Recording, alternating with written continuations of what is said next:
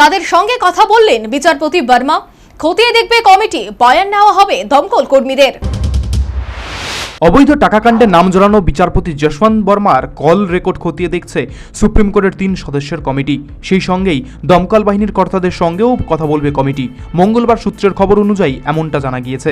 পরে এদিন অভিযুক্ত বিচারপতির বাড়িতেও পৌঁছায় সুপ্রিম কোর্টের 3 সদস্যের কমিটি। এদিকে বিচারপতি বর্মাকে দিল্লি হাইকোর্ট থেকে এলাহাবাদ হাইকোর্টে পাঠানোর সুপারিশ করা হলেও বেঁকে বসেছে এলাহাবাদ হাইকোর্টের বার অ্যাসোসিয়েশন।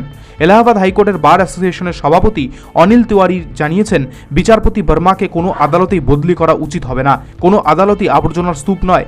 অনিল তিওয়ারির ইতিমধ্যেই ভারতের প্রধান বিচারপতিকে অনুরোধ জানিয়েছেন যে বিচার প্রক্রিয়া শেষ না হওয়া পর্যন্ত সুপ্রিম কোর্টের নজরদারিতে বিচারপতি যশবন্ত বর্মাকে দিল্লিতেই থাকা উচিত। এমনকি জনগণের আস্থা ফেরাতে অভিযুক্ত বিচারপতির সমস্ত পূর্বঘোষিত রায়গুলি পর্যালোচনা করা উচিত বলেও মন্তব্য করেন তিনি। উল্লেখ্য, গত শনিবার প্রধান বিচারপতি সঞ্জীব খান্না এক 3 সদস্যের কমিটি গঠন করেন। ওই কমিটিতে রয়েছেন পাঞ্জাব ও হরিয়ানা হাইকোর্টের প্রধান বিচারপতি শিল নাগু, হিমাচল প্রদেশ হাইকোর্টের প্রধান বিচারপতি GS সন্দাওয়ালিয়া এবং কর্ণাটক হাইকোর্টের প্রধান বিচারপতি অনু শিবারামন। এই পরিস্থিতিতে কমিটি জানতে চায় দমকল কর্মীরা প্রথমে সেখানে গিয়ে কি দেখেছিলেন। পাশাপাশি বিচারপতি বর্মার কল রেকর্ডের ফরেন্সিক তদন্তও করা হবে বলে জানা যাচ্ছে। প্রসঙ্গত, দোলের ছুটি চলাকালীন বিচারপতি বর্মার দিল্লির বাড়িতে আগুন লাগে।